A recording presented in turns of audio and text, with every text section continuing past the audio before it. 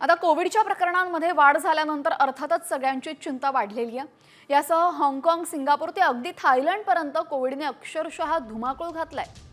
पूर्वी लसी घेतलेल्यांना पुन्हा एकदा लस घ्यावी लागणार आहे आणि एवढंच काय तर आधीच्या कोविडच्या लाटांवेळी अगदी बूस्टर डोस घेतला असेल तरी पुन्हा लस घेण्याचं आवाहन हाँगकाँग आणि सिंगापूर सरकारनं त्यांच्या नागरिकांना केलेलं आहे। ज्यांची रोगप्रतिकारक क्षमता कमजोर आहे त्यांनी तात्काळ वॅक्सिन घेणं गरजेचं असल्याचं सांगण्यात आलेलं आहे।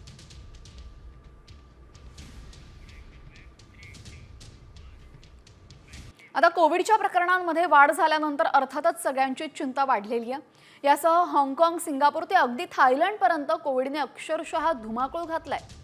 पूर्वी लसी घेतलेल्यांना पुन्हा एकदा लस घ्यावी लागणार आहे आणि एवढंच काय तर आधीच्या कोविडच्या लाटांवेळी अगदी बूस्टर डोस घेतला असेल तरी पुन्हा लस घेण्याचं आवाहन हाँगकाँग आणि सिंगापूर सरकारनं त्यांच्या नागरिकांना केलेलं आहे। ज्यांची रोगप्रतिकारक क्षमता कमजोर आहे त्यांनी तात्काळ वॅक्सिन घेणं गरजेचं असल्याचं सांगण्यात आलेलं आहे।